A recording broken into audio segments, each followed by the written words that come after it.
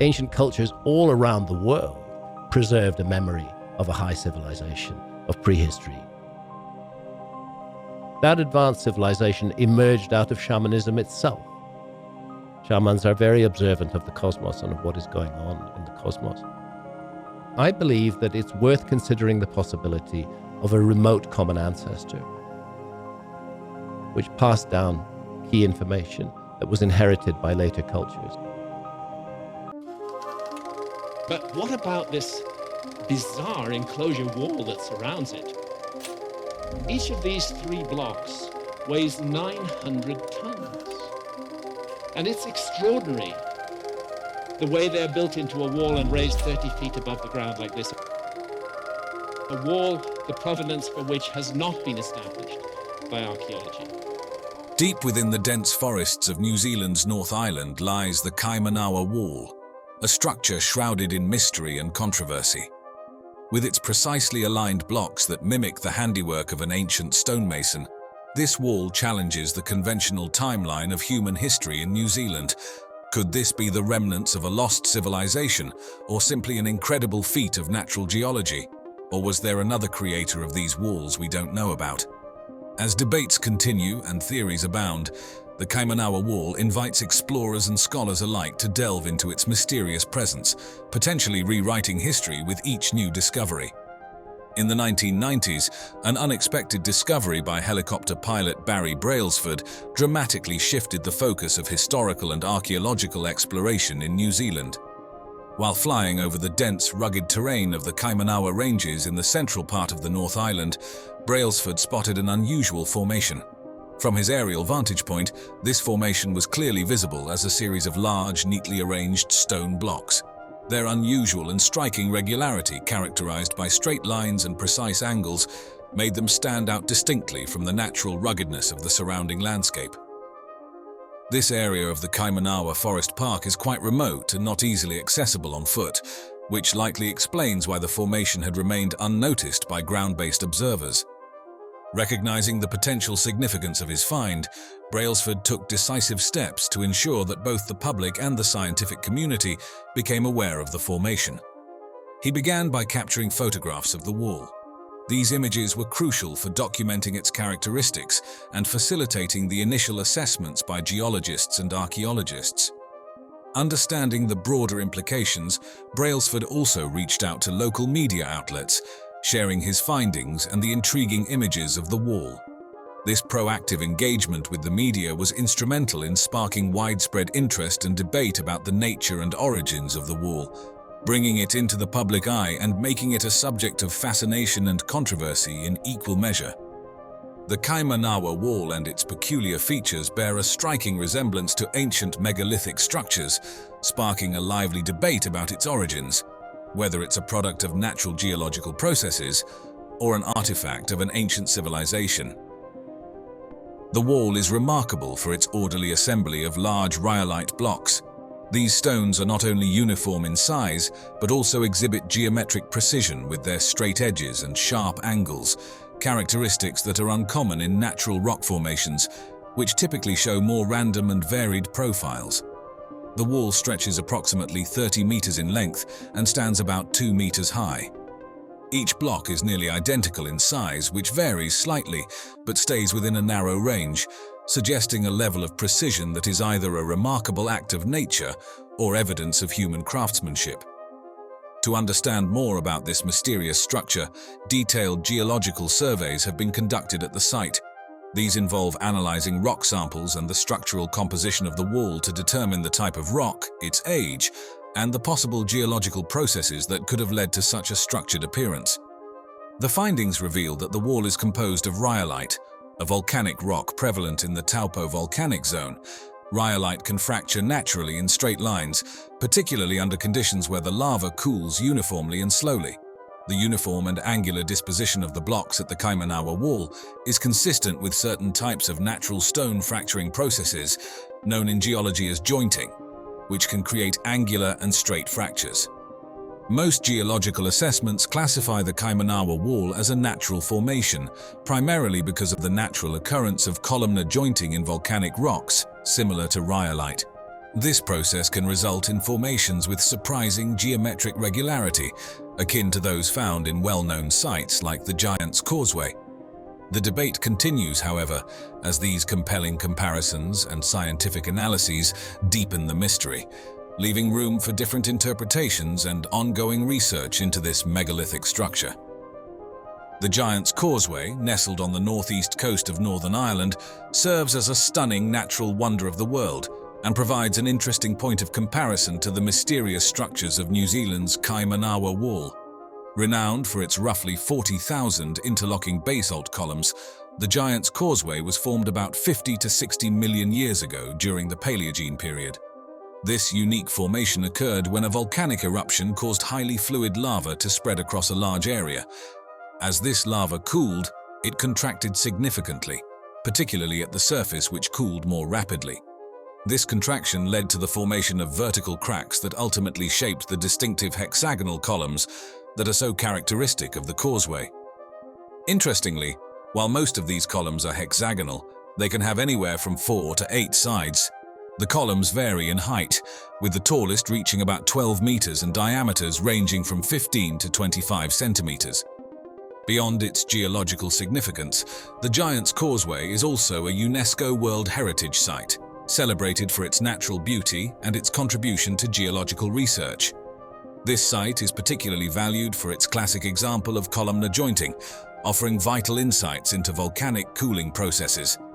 It acts as a crucial natural laboratory for geologists who study these phenomena and has played a pivotal role in confirming theories regarding the cooling rates and contraction forces of basaltic lava. The site is also deeply embedded in local mythology and folklore, most notably through the legend of Finn McCool, an Irish giant. According to legend, Finn built the causeway to reach Scotland and confront another giant. When he saw the immense size of his opponent, Finn retreated. His wife then cleverly disguised him as a baby, tricking the Scottish giant into believing that if the child was so large, the father must be truly colossal.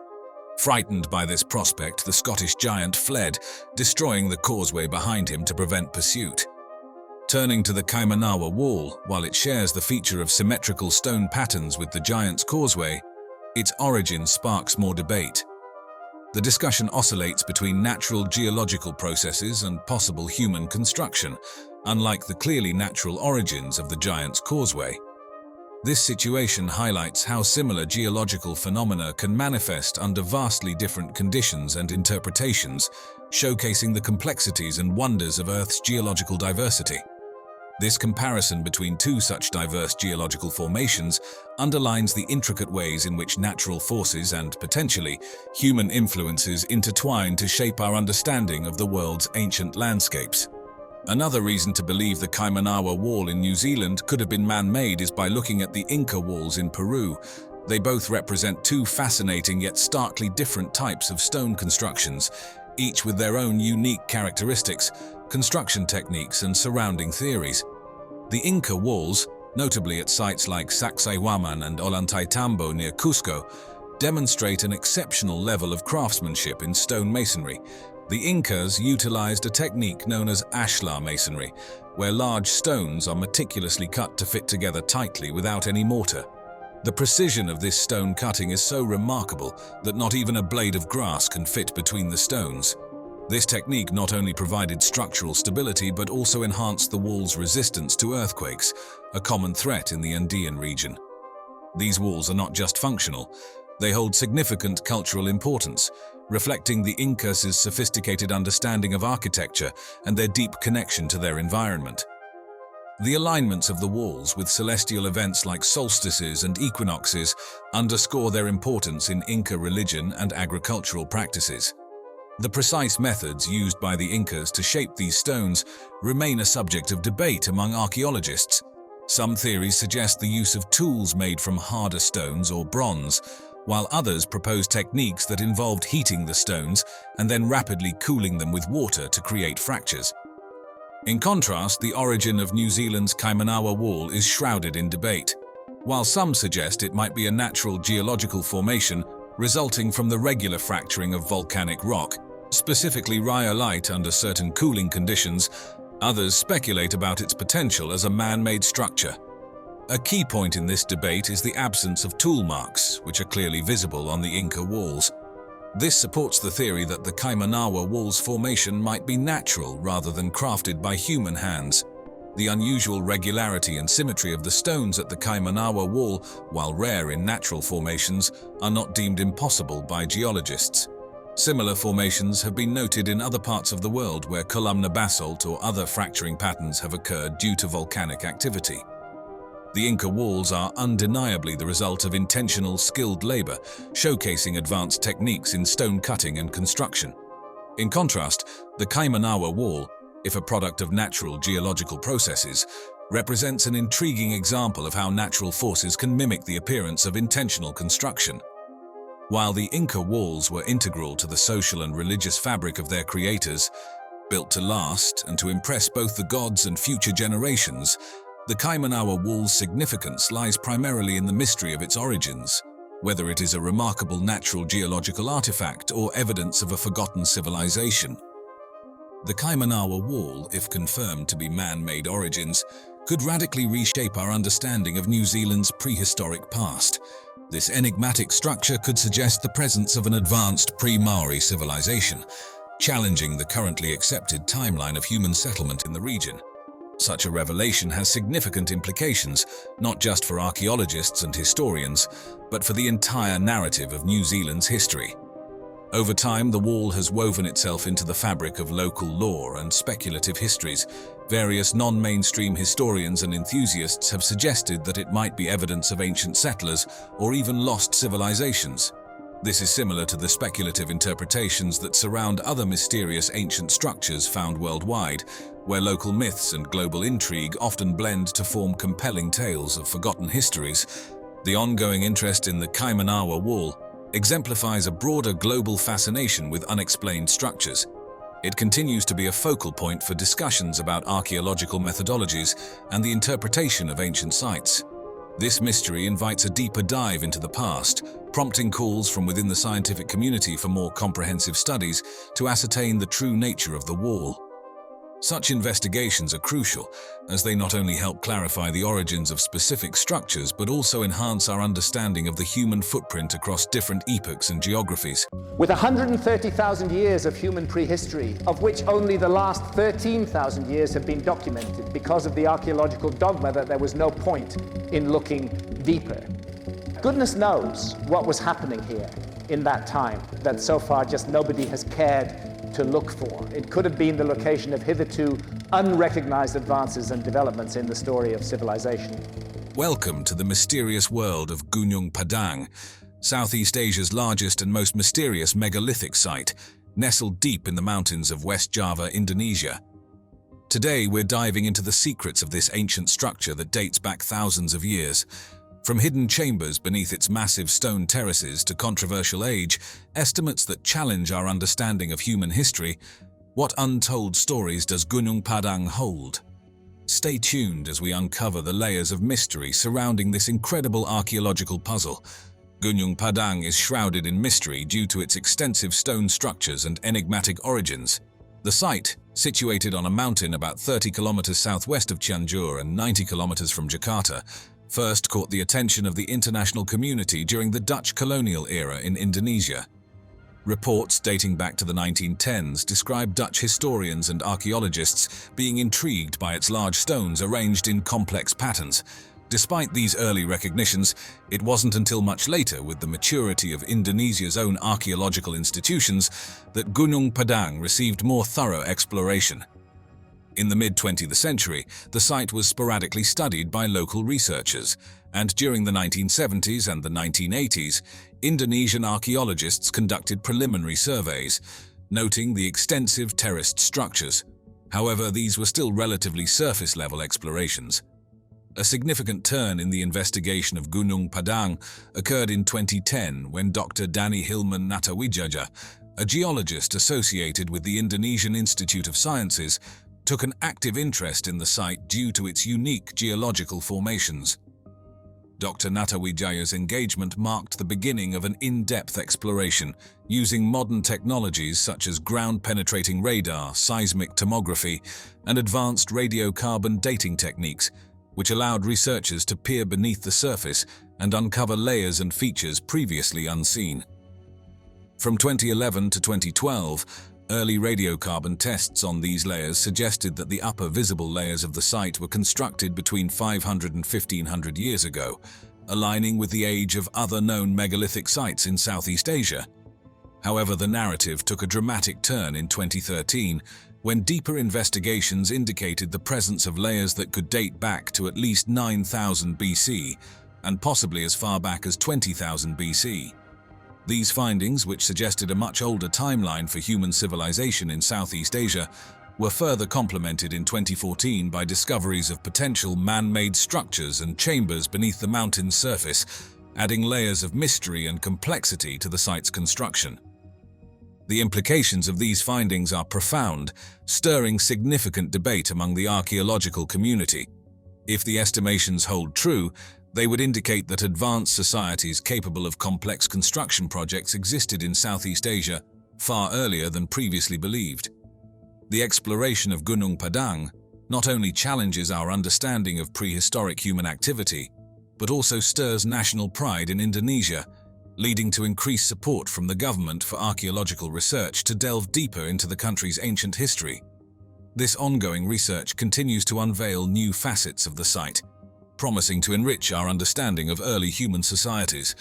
Gunung Padang is a fascinating archaeological site that showcases the ancient engineering and architectural prowess of its builders.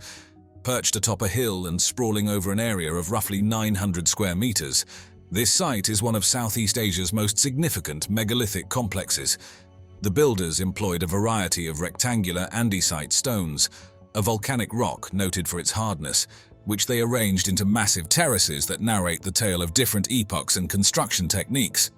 The stones at Gunung Padang vary widely in size, with some weighing several tons and the largest reaching up to 7 meters in length and weighing over 40 tons.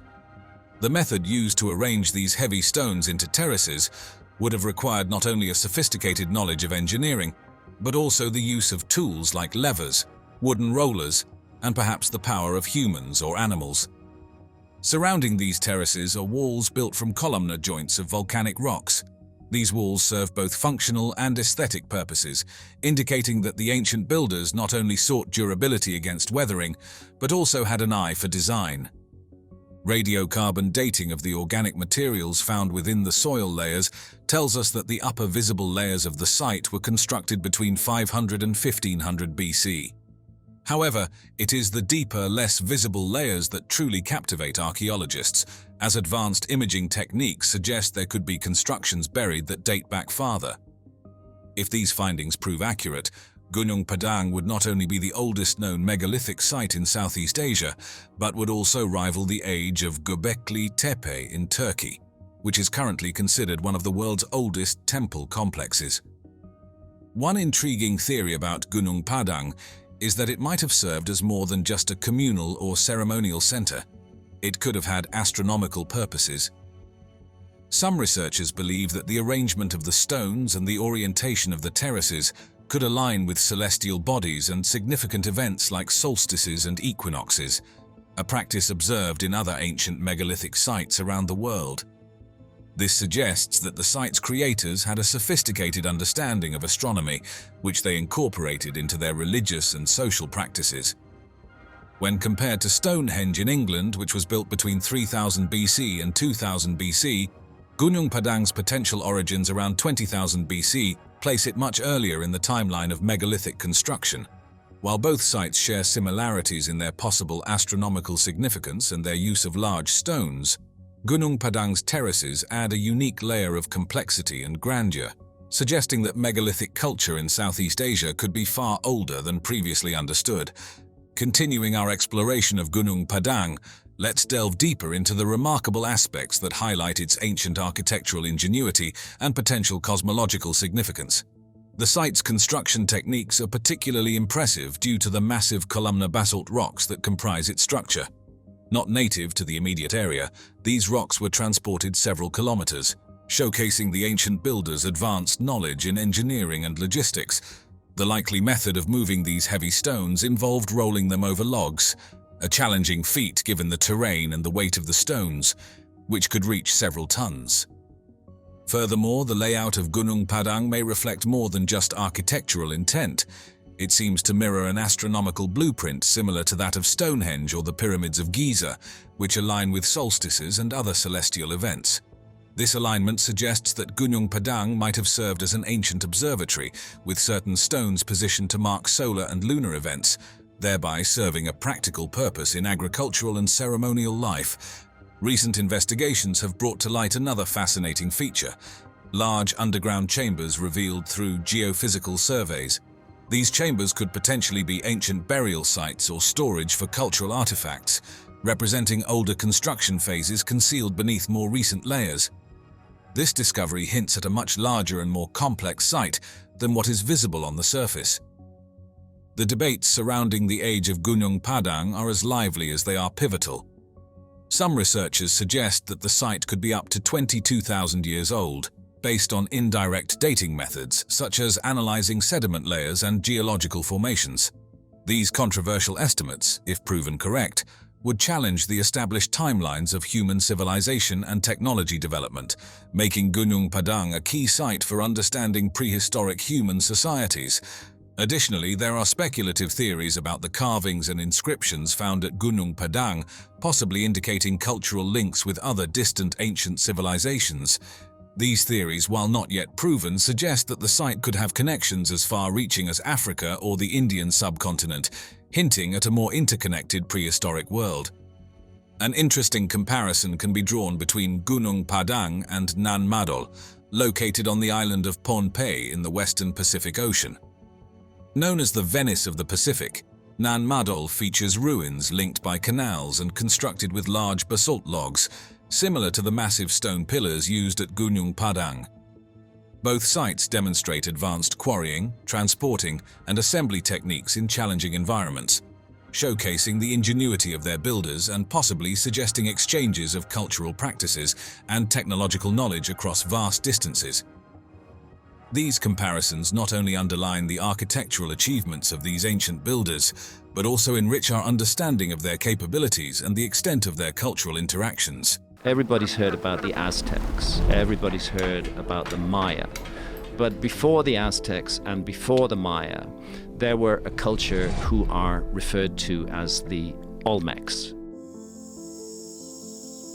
I explored the Olmec mystery in considerable depth.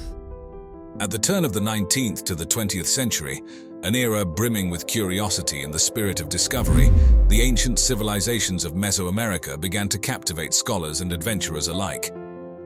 This period, steeped in Victorian-era fascination, saw ancient cultures not as relics of the past, but as windows into a grand, albeit lost, world. The settlement story of the Americas is much more complicated than we've realized. Fueled by a mix of exploration, colonization, and a penchant for romanticizing the unknown, people were drawn to the mysteries that ancient societies held. Institutions in Europe and the United States, including museums and universities, recognized the value of understanding these indigenous civilizations. They began to fund expeditions, not just for the sake of collecting artifacts, but to delve deeper into the history and culture of these ancient peoples. This marked a significant shift in archaeology, transforming it from a quest for treasures to a scientific discipline focused on careful excavation and analysis. This is part of a curious mystery that is not unconnected to the genetic mystery. The Olmec civilization, with its colossal heads and intricate stone structures, was one of the earliest to be uncovered. Yet in these initial stages, many artifacts were mistakenly attributed to the more familiar Maya and Aztec civilizations. This was largely due to their apparent similarities in artistic style, and because these civilizations were better understood at the time. It's been known by archaeologists for quite a long time that there are anomalous skulls in parts of Brazil. The unique aspects of Olmec art and iconography were not immediately recognized, highlighting the challenges faced by early archaeologists in differentiating between the complex cultures of the region. Two figures who played a pivotal role in bringing the wonders of Mesoamerica to the Western world were John Lloyd Stephens and Frederick Catherwood. Their expeditions, documented in Incidents of travel in Central America, Chiapas and Yucatan, and incidents of travel in Yucatan not only introduced the Maya civilization to many, but also set a standard for future archaeological work. Their detailed illustrations and engaging narratives captured the imagination of the public, sparking a wave of interest in ancient Mesoamerican cultures. This era also saw the beginnings of comparative archaeology, where discoveries from Mesoamerica were placed in a global context, offering new perspectives on the development of human societies. Museums evolved from mere collections of curiosities to centers of research and education, significantly contributing to the dissemination of knowledge about these ancient cultures. Furthermore, the late 19th and early 20th centuries witnessed the emergence of interdisciplinary approaches in archaeology, incorporating anthropology, linguistics, and even early environmental science, which enriched the understanding of Mesoamerican civilizations. The story of how the colossal stone heads became recognized as a key to understanding the Olmec civilization is a fascinating tale of curiosity, exploration, and eventual enlightenment within the archaeological world. Initially stumbled upon by Western archaeologists in the late 19th and early 20th centuries, these massive sculptures, some towering over 9 feet tall and weighing several tons, presented a mystery. But what's fascinating about them is they are supposedly the first high civilization of Central America. With their distinctive facial features, including flat noses and fleshy cheeks and often adorned with helmet-like headgear, they captivated those who found them but left many questions unanswered. What do we think those helmets were that they were wearing? Nobody knows, because no physical example of such a helmet has ever been found, just like no physical example of an Egyptian pharaoh's crown has ever been found. The first significant acknowledgement of these heads came from José Melgari Serrano in 1862, when he uncovered one at Tres Zapotes in Veracruz. Melgar described the sculpture as having Ethiopian features, a reflection of the era's interpretations and biases, underscoring how little was known about the Olmecs then. Although Melgar's discovery was groundbreaking, it was initially seen as an isolated find rather than evidence of a broader, unknown civilization. For decades, these colossal heads were viewed more as curious anomalies rather than vital cultural artifacts. Without a wider archaeological context, their true significance was overlooked, and they were sometimes wrongly attributed to other known civilizations like the Maya or Aztec, or even to entirely speculative, unknown cultures. It was a puzzle missing its broader picture, waiting for the pieces to be put together. The narrative began to shift in the mid-20th century, thanks to more focused and systematic excavations in the Olmec heartland, led by archaeologists such as Matthew Stirling. These efforts unearthed additional colossal heads alongside other artifacts, helping to piece together the puzzle of the Olmec civilization. It was through this dedicated work that the Olmecs were finally recognized as a distinct and influential culture in Mesoamerica, predating and potentially influencing subsequent civilizations like the Maya and Aztecs. In 1945, a groundbreaking expedition led by Matthew Stirling to San Lorenzo Tenochtitlan dramatically advanced our understanding of the Olmec civilization, an enigmatic culture that laid the foundational stones of Mesoamerican history. Recognizing the potential significance of these sites, the Smithsonian Institution stepped in, providing the necessary support and funding for a more thorough exploration. The vastness of San Lorenzo, spreading across several kilometers, presented another hurdle. It was impossible to excavate the entire site in one go, so Stirling and his team had to make strategic decisions about where to dig, prioritizing areas where surface finds indicated the presence of significant artifacts. This meticulous approach to excavation was critical, requiring careful planning, mapping, and a methodical technique to ensure the delicate artifacts, some centuries old, were preserved for future study. As they cleared the jungle overgrowth and dug into the ancient soil, Stirling's team was not just unearthing artifacts, they were also piecing together the story of the Olmec civilization. Every artifact, every stone, and every fragment of pottery added a new chapter to our understanding of this ancient culture. The detailed recording and documentation of their findings were essential, providing a basis for future analysis and helping to paint a fuller picture of the Olmec way of life. San Lorenzo, dating back to around 1200 to 900 BCE, stands as a monumental beacon in the study of Mesoamerican history, often celebrated as the oldest major city in the region. This ancient city predates the civilizations of the Maya and Aztecs, providing a unique glimpse into the dawn of complex societies in the Americas. Thanks to radiocarbon dating, researchers have been able to pin down the timeline of San Lorenzo, offering a clearer view of the Olmec civilization's early days.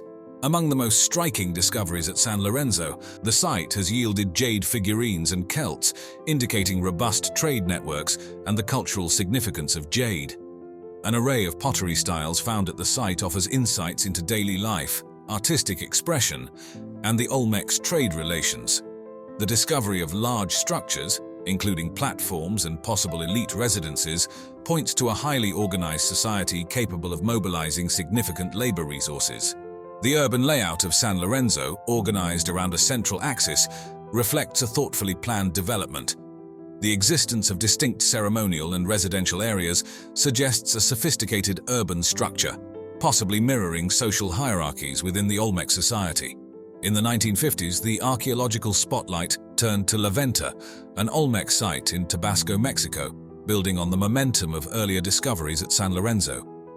This shift marked a significant phase in unraveling the mysteries of the Olmec civilization, regarded as one of the earliest complex societies in Mesoamerica. With a renewed interest in the Olmec culture, archaeologists like Philip Drucker and Robert Heiser applied advanced methods and interdisciplinary approaches to dig deeper into the site's secrets, offering a more comprehensive understanding of this ancient civilization. Venta thrived between approximately 900 to 400 BCE, a period that witnessed the peak of Olmec cultural and artistic development. This era underscored the Olmec's remarkable achievements in architecture, art, and urban planning, setting a precedent for subsequent Mesoamerican cultures. Among the distinct features of Venta is the Great Pyramid, a monumental structure made of earth and clay, noted for its unique conical shape. Unlike the pyramidal structures that would later dominate Mesoamerican landscapes, the Great Pyramid's design and scale highlight the Olmec's advanced engineering skills and their capacity for organizing large-scale construction projects. This pyramid, along with other structures at the site, was aligned with celestial bodies, hinting at the Olmec's sophisticated understanding of astronomy and suggesting its role as a ceremonial and cultural hub. The systematic excavation efforts at Venta brought to light not only architectural innovations but also a wealth of artifacts, including the iconic colossal heads carved from basalt, believed to represent rulers or significant figures within Olmec society. Similarly, altars adorned with intricate carvings provided glimpses into the civilization's mythology and rituals. Venta also revealed complex burial sites and offerings, including serpentine mosaic pavements, which offered insights into the civilization's funerary practices and religious beliefs. These findings have been instrumental in piecing together the social structure, religious practices, and artistic achievements of the Olmec civilization, significantly influencing the study of Mesoamerican archaeology. However, the preservation of Venta faces challenges due to the tropical climate and human factors, underscoring the importance of ongoing research and conservation efforts. The exploration of Venta in the 1950s was a watershed moment in understanding the depth and complexity of the Olmec civilization, providing a foundation for future studies and ensuring the legacy of this pivotal culture in Mesoamerican history remains appreciated and preserved. Very little is left of the ancient North American monuments. More than 90% of the structures that were documented in the 19th century are now completely gone. And of the less than 10% that remain, the majority have been vandalized and destroyed.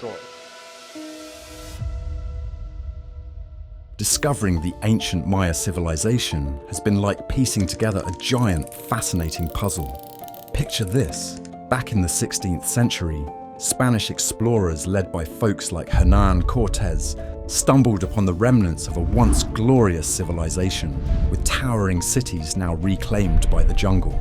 Oh, the tragedy of the North American pyramids. There was once more than 1 million of them. Only 100,000 are left now. Sadly, their initial encounters weren't the most respectful.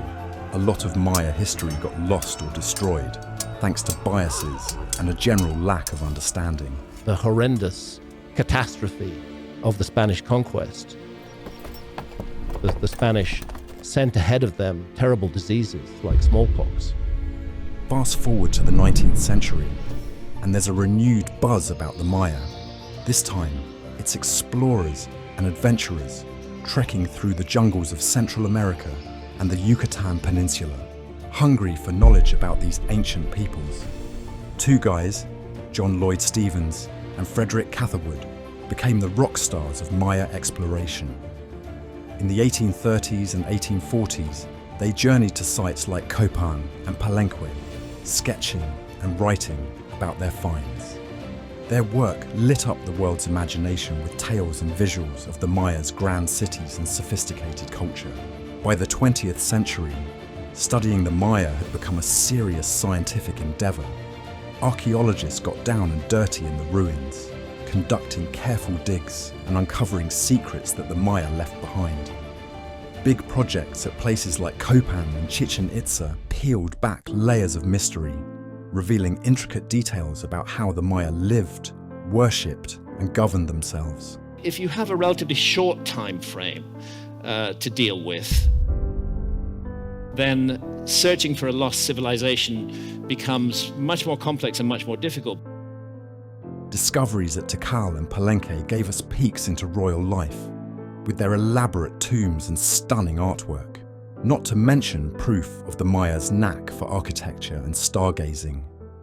The lost city of El Mirador, hidden for centuries beneath the dense canopy of northern Guatemala's jungle, stands as a monumental witness to the ancient Maya civilization's grandeur and ingenuity. Rediscovered in the late 20th century, this city has profoundly reshaped our understanding of the Maya, pushing back the timeline of their architectural and societal achievements to much earlier than previously recognized. Flourishing from the 6th century BCE, El Mirador was a preeminent city in the Maya world during the pre-classic period, centuries before the rise of the more commonly known classical Maya cities such as Tikal and Palenque. Its scale and complexity are astonishing, with sprawling urban centers, elaborate plazas, and sophisticated water management systems, including reservoirs and canals, that supported a densely populated area at its zenith. The centerpiece of El Mirador is the colossal Ledanta Pyramid.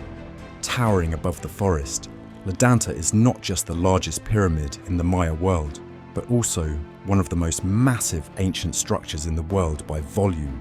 The pyramid's base covers an area larger than 9 football fields, and it rises to a height of approximately 230 feet. Constructing Ledanta would have required moving millions of cubic meters of earth and stone. A staggering feat given the absence of metal tools, the wheel, or domesticated beasts of burden. This monumental effort underscores the advanced engineering skills and social organization of the Maya, capable of mobilizing and sustaining such a large workforce. El Mirador's discovery also brought to light an extensive network of raised causeways, known as Sakbiob, connecting it with other cities and settlements across the region.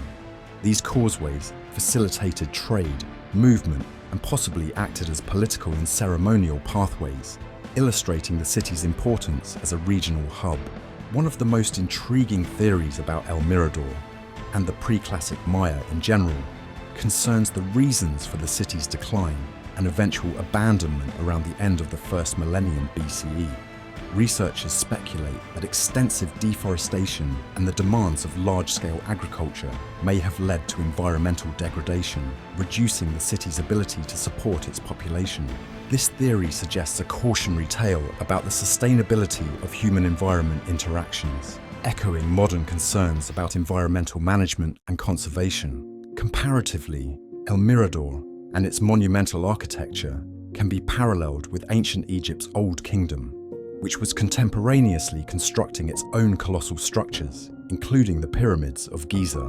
Both civilizations achieved remarkable architectural feats without the advantages of modern technology, relying instead on a profound understanding of engineering, astronomy, and mathematics.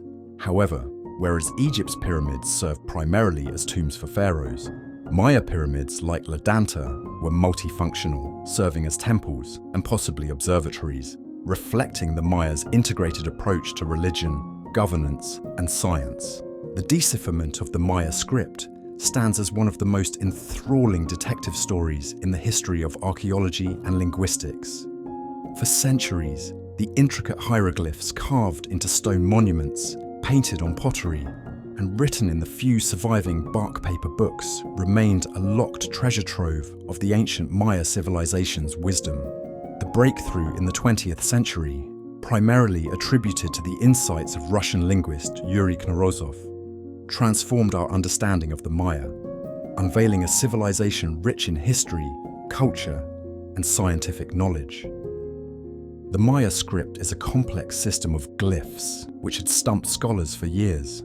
Early attempts at decipherment were hampered by the assumption that the script was purely ideographic, representing ideas rather than sounds, much like the Egyptian hieroglyphs before their decipherment. This led to numerous speculative and often incorrect interpretations of Maya texts. The turning point came in the 1950s with Yuri Knorozov. He proposed that the glyphs were not only logographic, but also phonetic, representing sounds. Knorozov's insight was based on the use of the Landa alphabet, a set of glyphs recorded by Spanish Bishop Diego de Landa, which had been dismissed by many as inaccurate. Knorozov suggested that these glyphs could represent phonetic sounds as well as logographic symbols.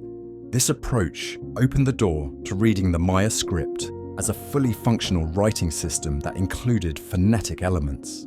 Knorozov's work sparked a new wave of interest and research, leading to a collaborative international effort to crack the Maya code. Scholars such as David Kelly, Tatiana Proskuriakov, and later Linda Scheller and David Stewart, among others, made significant contributions. Proskuriakov, in particular, was instrumental in demonstrating that many inscriptions were historical records of Maya rulers and their deeds, rather than purely mythological texts as previously thought. This shifted the direction of Maya epigraphy towards historical reconstruction. One fascinating theory that has emerged from the study of Maya texts is the advanced nature of Maya astronomy and mathematics.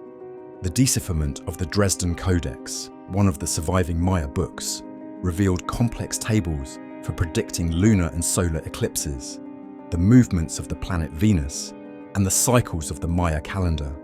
At the heart of their astronomical studies was the observatory at Chichen Itza, known as the Caracol. This structure, with its distinctive round dome and strategically placed openings, served as a window to the heavens, allowing Maya astronomers to accurately track the movements of Venus, the Sun, and other significant celestial entities.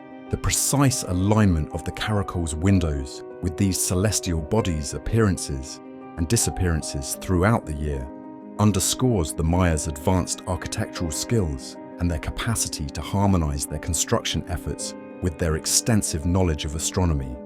This integration of astronomy into various aspects of Maya life highlights a civilization that valued the stars not merely as subjects of curiosity, but as essential guides for earthly endeavors.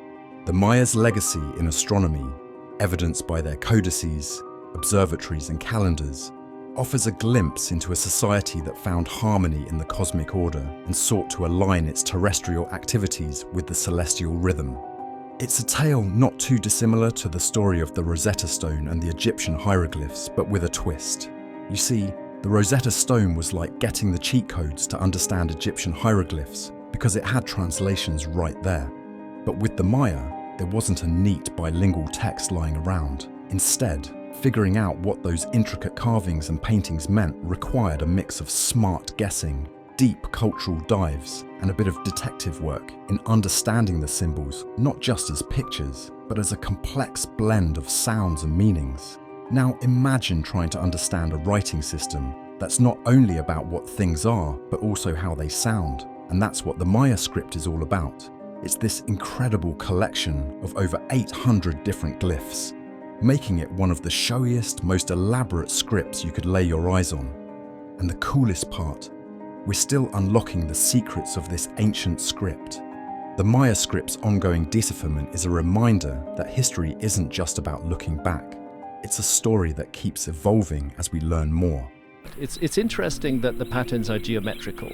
Someone made it, Yeah. and it involved a very large amount of organized labor in order to make it. There had to be the will and the intent in order to do that. Nestled on the outskirts of Cusco, the once thriving capital of the Inca Empire, lies the enigmatic site of Saksaywaman. This marvel of ancient engineering has captured the imagination of historians and archaeologists alike, thanks to its remarkable architectural features. I would prefer to propose, and I have proposed, that what we're looking at is evidence of some kind of transfer of technology, that people came into that area who had other knowledge. The site, believed to have been a royal estate or a sacred space for Inca leaders, is most famous for its colossal stone walls, forming three-tiered terraces that zigzag across the landscape like the teeth of some giant beast. The sheer size of the stones used, some tipping the scales at a staggering 200 tons, and the precision with which they're fitted together is nothing short of awe-inspiring. This is a very neglected area of the world as far as deep and ancient archaeology goes. The joints between these massive boulders are so meticulously crafted that they leave no space for even a sliver of paper to pass through, showcasing an advanced knowledge of stonemasonry and perhaps an understanding of seismic activities, as these structures have withstood numerous earthquakes over the centuries. While mainstream archaeology attributes these feats to the Incas' sophisticated engineering skills, using simple but effective tools and techniques, Graham Hancock invites us to ponder a more mysterious origin. A curious mystery that is not unconnected to the genetic mystery. He speculates that the Inca might have been heirs to a legacy of knowledge and technology from a bygone civilization, now lost to history. This theory suggests that the astonishing precision and durability of Saksaywaman's walls could be evidence of an advanced pre-Inca society that had mastered construction techniques far beyond what was previously imagined for their time. Hancock's fascination doesn't stop at the construction techniques. He delves into the site's possible acoustic properties and astronomical alignments, suggesting that Saksaywaman was not just an architectural marvel, but also a center for astronomical observation and sound engineering. These features hint at a sophisticated understanding of the cosmos and sound, further fueling the speculation that the site's creators were far more advanced than we give them credit for. The mystery of Saksaywaman is deepened by the Incas' lack of a written language, which has led to a significant loss of their oral history following the Spanish conquest. This absence of concrete historical records leaves a gap in our understanding of the site's true purpose and the extent of the Incas' architectural knowledge. Despite these challenges, Saksaywaman's cultural and historical significance cannot be overstated. As a UNESCO World Heritage Site, it attracts thousands of tourists each year, serving as a vital link to the past and a testament to the Inca civilization's ingenuity. Now, the story of the Inca Empire, or Tawantinsuyu. This narrative takes us back to the early 13th century, around the region of Cusco in what's now Peru. It's here that the saga begins with Manco Capac, the mythical founder and first emperor believed to be chosen by the sun god Inti himself. From such divine origins, the Inca embarked on an ambitious journey of expansion, blending military might and diplomatic savvy to weave together a tapestry of conquered territories and assimilated cultures. At its zenith, this empire spanned modern-day Peru, Ecuador, Bolivia, Argentina, Chile, and Colombia, creating the largest empire in pre-Columbian America. But what truly sets the Inca apart are their engineering marvels. Imagine a network of roads over 40,000 kilometers long, connecting the arid coastlines of Peru to the snow-capped Andes, a testament to the Inca's engineering genius. This wasn't just any road system, it was the Capac Ñan, or the Royal Road, a feat of ancient infrastructure that included everything from stone-paved paths to suspension bridges made of woven grass. These pathways were vital arteries of the empire, supported by tambos and storehouses that provided essential supplies to travelers and military expeditions alike. Yet, the Incas' ingenuity didn't stop at roadways. They transformed the steep Andean mountainsides with agricultural terraces, preventing erosion and expanding arable land, all while developing sophisticated irrigation systems to water these terraced fields. Their expertise in water management extended to canals and aqueducts that channeled water from mountain springs to dry areas, ensuring the survival of dense populations. The heart of this empire was Cusco, a city that was not only the political center but also an urban planning marvel. Cusco was divided into sectors that mirrored the four parts of the empire, each sector meticulously planned and organized. And then there's Machu Picchu, the crown jewel of Inca architecture, perched high in the mountains and blending seamlessly with the landscape. This iconic site, with its terraces, temples and palaces, showcases the Incas' unparalleled skill in stonework, stones so precisely cut and fitted that they've withstood centuries of earthquakes. Now moving back to Graham Hancock, a name synonymous with challenging the traditional narratives of history and archaeology, has long fascinated us with his theories on the ancient world. Are we looking at the traces of a forgotten episode in human history? I think so. I think that's what's going on here. He suggests that civilizations like the Inca were not only more technologically advanced, but also more interconnected than we've been led to believe. Let's take a closer look at some of the intriguing ideas Hancock puts forward. First off, consider the Incas' ingenious system of communication. They had these runners known as chasqui, who could sprint across the empire's vast network of roads and trails, passing messages with incredible efficiency. But it wasn't just about legwork. The Inca also used quipus, complex knot patterns on strings that may have been more than mere accounting tools. Hancock muses that these could have carried detailed messages, perhaps even stories across vast distances. He even floats the idea that there might have been even more sophisticated yet undiscovered methods of communication, hinting at a possible global network of ancient knowledge sharing. Then there's the matter of construction techniques. The precision seen in the stonework of sites like Saksaywaman is staggering. Without mortar, these stones have been cut and fitted together so perfectly that they've withstood earthquakes for centuries. Hancock suggests this might point to lost technologies, far more advanced than what's been historically acknowledged. Perhaps a decision was made not to use metal. Perhaps a decision was made that errors had taken place, that in reinventing civilization we shouldn't perhaps go down quite the same route as before. And it's not just about stones and construction. He speculates the Inca had ways to harness natural energies, like geothermal or solar energy, in ways we're yet to fully understand. Hancock doesn't stop there. He observes how the Incas' agricultural practices, from terracing to sophisticated irrigation, showcase a sustainable way of living with the environment, possibly part of a broader, now-lost knowledge of ancient civilizations. This idea of sustainability, coupled with their architectural and engineering feats, paints a picture of a society that was not only advanced but deeply in tune with the natural world. Moreover, Hancock draws parallels between the architectural styles, religious beliefs, and cultural practices across different ancient civilizations. The similarities in megalithic constructions across South America, Egypt, and Asia, the use of psychoactive plants in spiritual rituals, and even practices like cranial deformation and mummification suggest a web of cultural exchange or influence that spans the globe. Graham Hancock, a name often associated with thinking outside of the box. Among his many interests, the Inca Empire stands out for its sophisticated communication networks and astronomical know-how, areas where Hancock's ideas veer sharply from the mainstream narrative. Hancock looks at the Incas' architectural marvels, like the precision-engineered Temple of the Sun at Machu Picchu, and sees a civilization deeply in tune with the cosmos. These buildings weren't just about looking pretty. They aligned with celestial events like the solstices and equinoxes, serving both practical agricultural needs and the ceremonial calendar.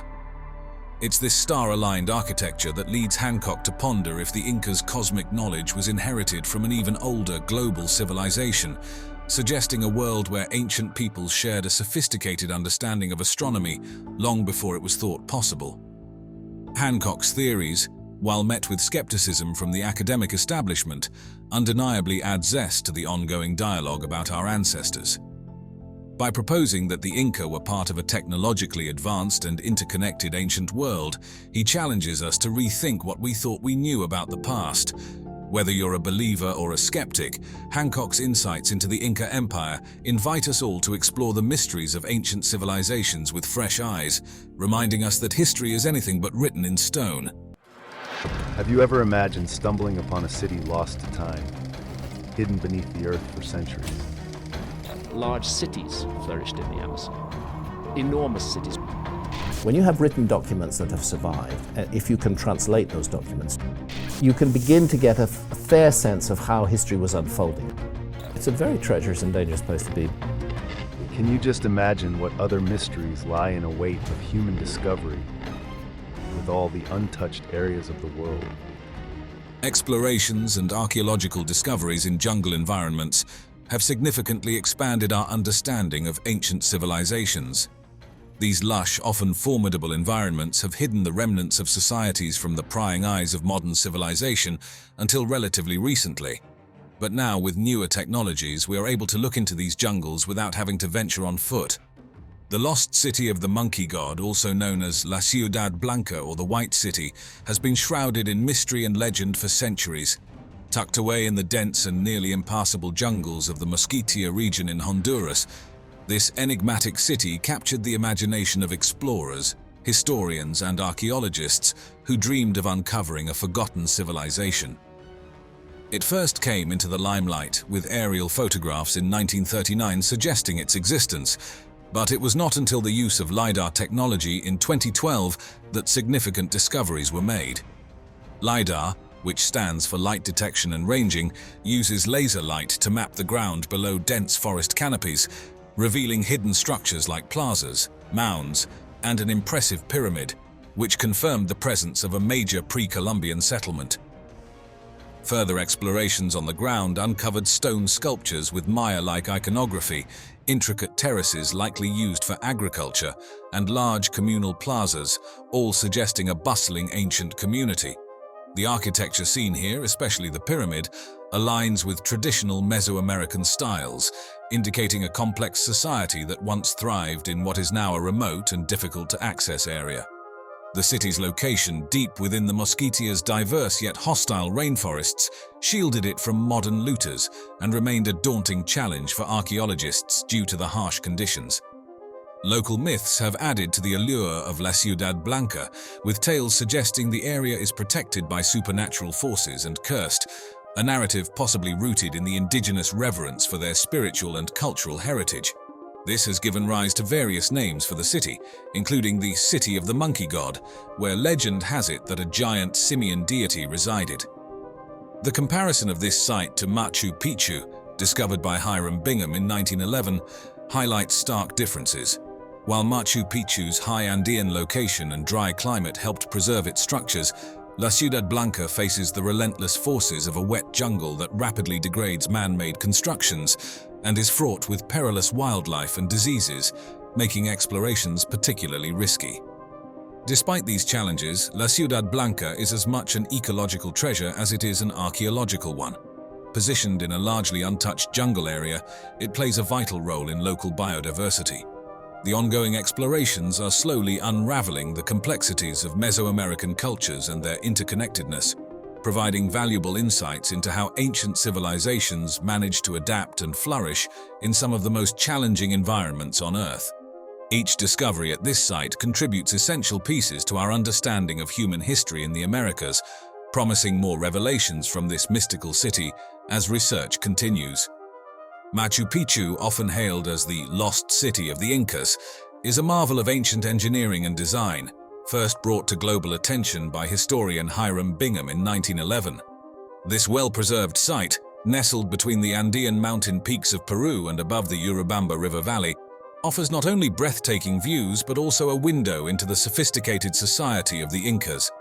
The city's layout and the assembly of its buildings, large stone blocks cut and fitted together without mortar using a technique known as ashlar, reflect a high degree of architectural skill and understanding of seismic structural integrity, important in the earthquake-prone Andes. The urban design of Machu Picchu includes distinct residential, religious, and agricultural zones, optimally arranged to use the steep terrain to their advantage. Among its most significant structures are the Intihuatana stone, believed to have served as an astronomical clock or calendar, the Temple of the Sun, whose circular construction is aligned with the solstices, and the Room of the Three Windows, which holds cosmological importance and is positioned to catch the first rays of morning light. Thought to have been built in the 15th century as a retreat for Inca Emperor Pachacuti, Machu Picchu resembles more a royal estate than a city.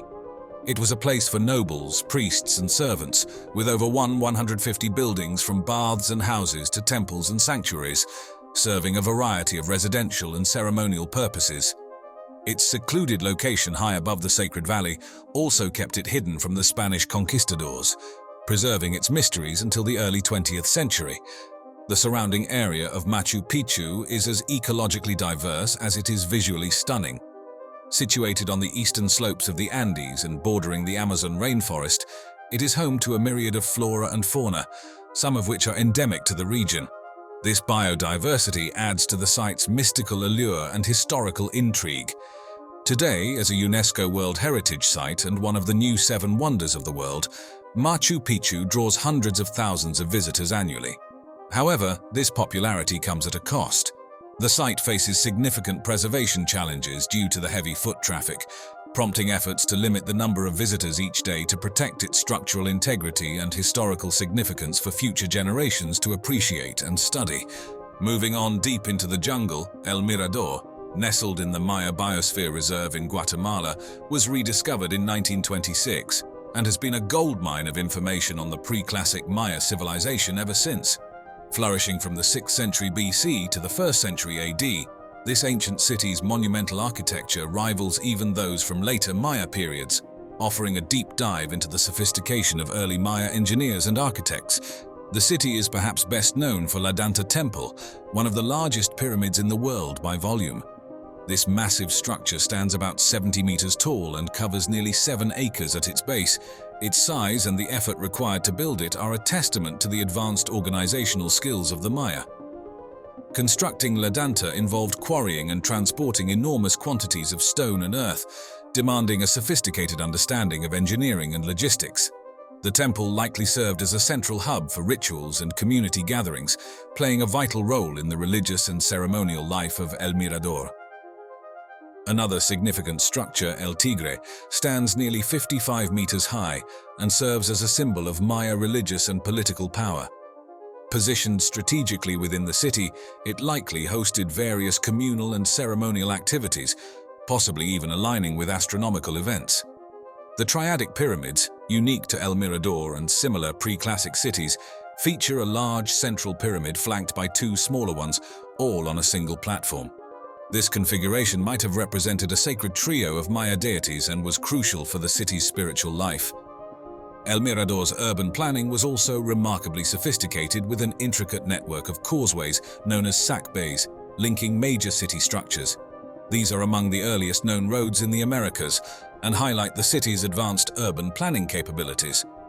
Large plazas were central to public life, hosting gatherings and ceremonies, and the city's extensive water management systems, including reservoirs and canals, were essential for sustaining its large population. Comparing El Mirador's architecture to other ancient wonders, such as the Egyptian Pyramid of Khufu at Giza, offers some perspective on their monumental scale. Although the Great Pyramid is taller, La Danta's base covers a larger area, reflecting different architectural focuses and social uses between these 2 civilizations.